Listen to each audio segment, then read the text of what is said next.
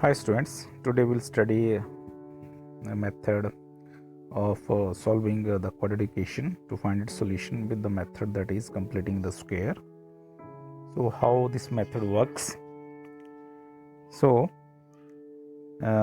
first step is to write the problem. जो भी हमारे पास quadratic equation होगी उसको हमने जनरल फॉर्म में लिखना है इस तरह से ax square plus bx plus c is equal to 0, where a is the coefficient of x square, b is the coefficient of x and c is constant term and a never equals to 0. तो इस form में सबसे पहले इसी form में लिखना चाहिए. After that जो हमारे पास कोफिशिएंट ऑफ एक्स स्क्वायर होगा, जो भी नंबर होगा, उससे हमने सारी टर्म को, जो हमारी सारी इक्वेशन है, उससे डिवाइड कर देना. ठीक है, ये क्यों करेंगे हम? To make the coefficient of X square as a unit 1. हमने कोफिशिएंट ऑफ एक्स स्क्वायर को 1 बनाना है. ठीक है, तो हम सारे इसको जब हम a से डिवाइड कर देंगे, देखो a से डिवाइड कर देंगे तो a से कैंसिल हो जाएगा. फिर यहाँ भी a से डिवाइड कर देंगे. ठीक है, यहाँ भी a से डिवाइड कर देंगे और यहाँ भी इक्वल्स टू 0 है, उसको भी a से डिवाइड कर देंगे. तो हमारे पास जो आ जाएगा, हमारे पास देखो आप क्या आ जाएगा, दैट इज़ एक्स स्क्वायर. यहाँ पे एक्स स्क्वायर आ जाएगा, यहाँ पे b upon a into x आ जाएगा और यहाँ पे c अपॉन a आ जाएगा और यहाँ पे आ जाएगा 0. ठीक है, so this is our first step. ये हमारा पहला स्टेप है.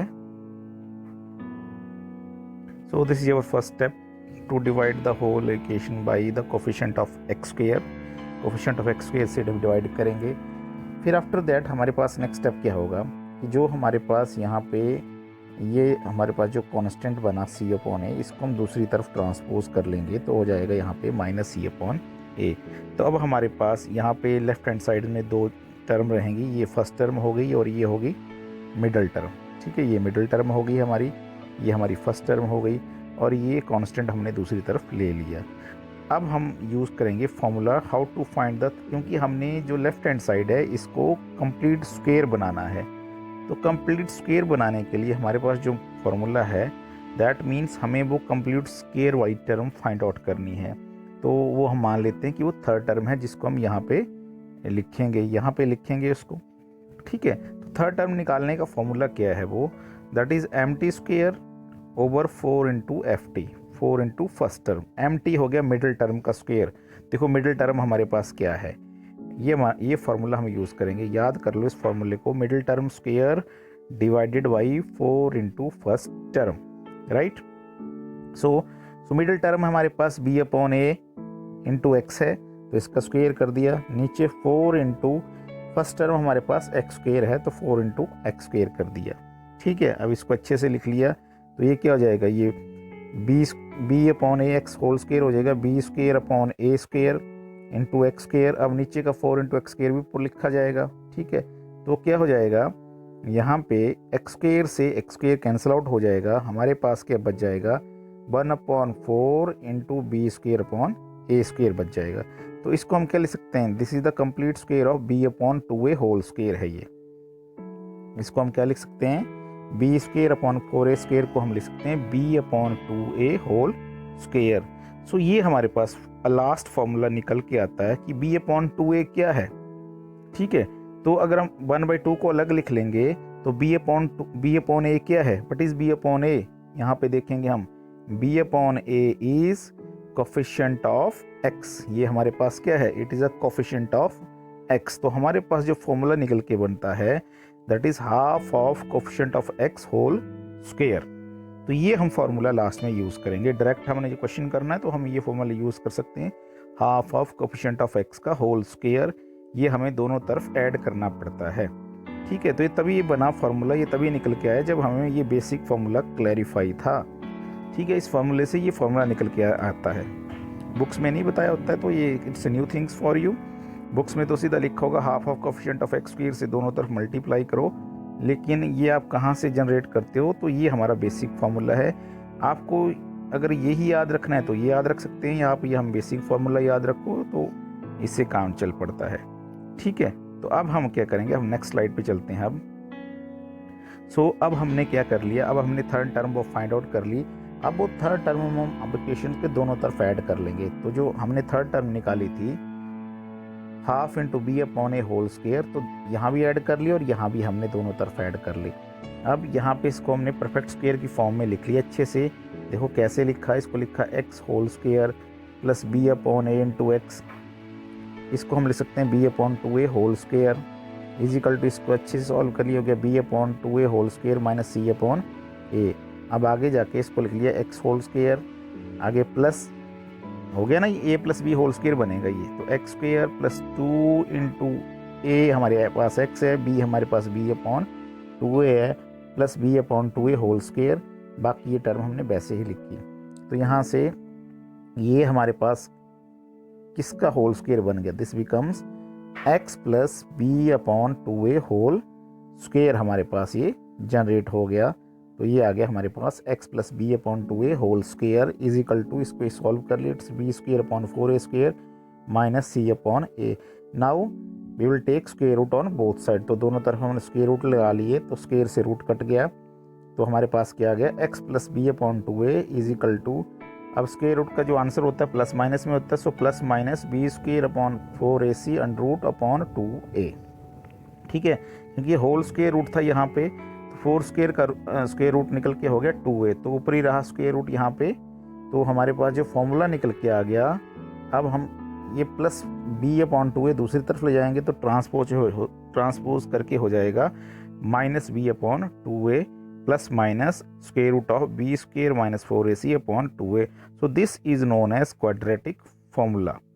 ठीक है, इसको अब अच्छे से अगर हम इसको लिखेंगे, नेक्स्ट स्टेप एक और बन जाएगा, इसको यहाँ डिनोमिनेटर कॉमन है, कॉमन डिनोमिनेटर है, तो कॉमन डिनोमिनेटर लेके हम इसको लिख सकते हैं minus B plus minus square root of B square minus 4ac। तो ये हमें x की दो वैल्यूज़ यहाँ से मिलेंगी, तो इसको हम बोलते हैं क्वाड्रेटिक फॉर्मूला। तो हमने कैसे जनरेट किया, by the making completing the square, है ना। तो मेथड जो यूज़ किया that is completing the square से हमने क्वाड्रेटिक फॉर्मूला ये निकाला। अब इस क्वाड्रेटिक फॉर्मूले में क्या है, देखो यहाँ हमें x की दो वैल्यू मिलेगी, एक मिलेगी x is equal to minus B plus, यहाँ प्लस माइनस है तो एक प्लस की ले लेंगे, plus under root B square minus 4ac upon 2a। दूसरी मिलेगी x is equal to minus B minus नीचे वाला ले लेंगे square root of B square minus 4ac upon 2a। तो दो वैल्यू मिलेंगी, these two values are the roots of the given quadratic equation.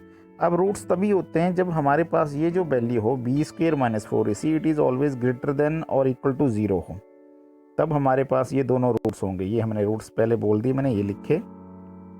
If this value is less than 0, अगर 0 से छोटी होगी तो हमारे पास कोई रियल रूट्स नहीं होगा, then no real roots are possibles. ठीक है, तो अब नेक्स्ट स्लाइड पे चलते हैं, हम क्वेश्चन पार्ट करके दिखाता हूँ मैं आपको एक।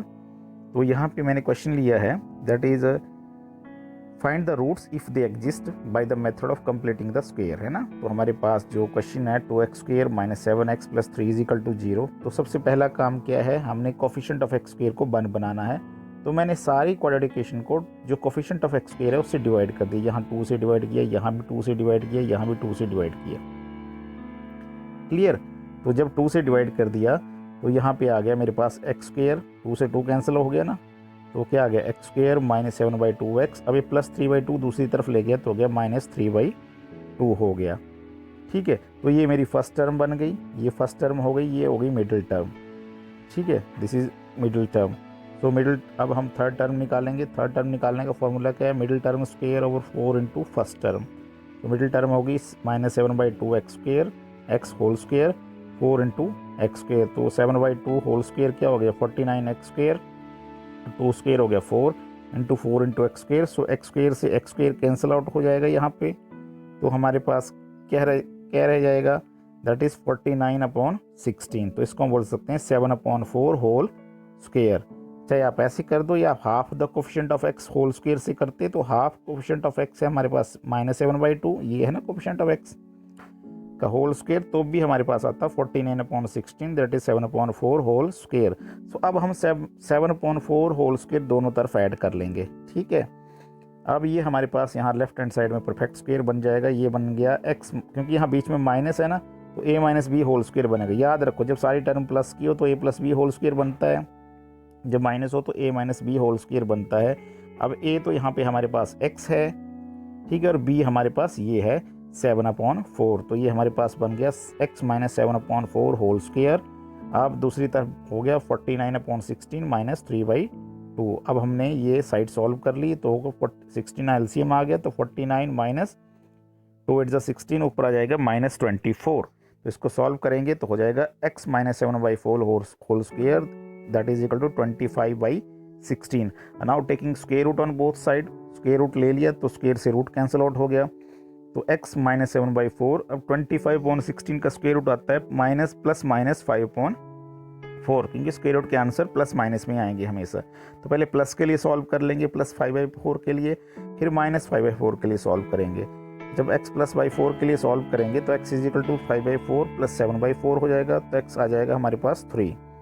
जब x माइनस 5/4 के लिए सॉल्व करेंगे तो ये ट्रांसपोज जाके प्लस 7/4 बन जाएगा दूसरी तरफ, तो हमारे पास x हो जाएगा 1/2। सो ये हमारे दो रूट्स आ गए, that is 3,5। These are the roots of the given quadratic equation. ठीक है, तो hope you got this, thank you.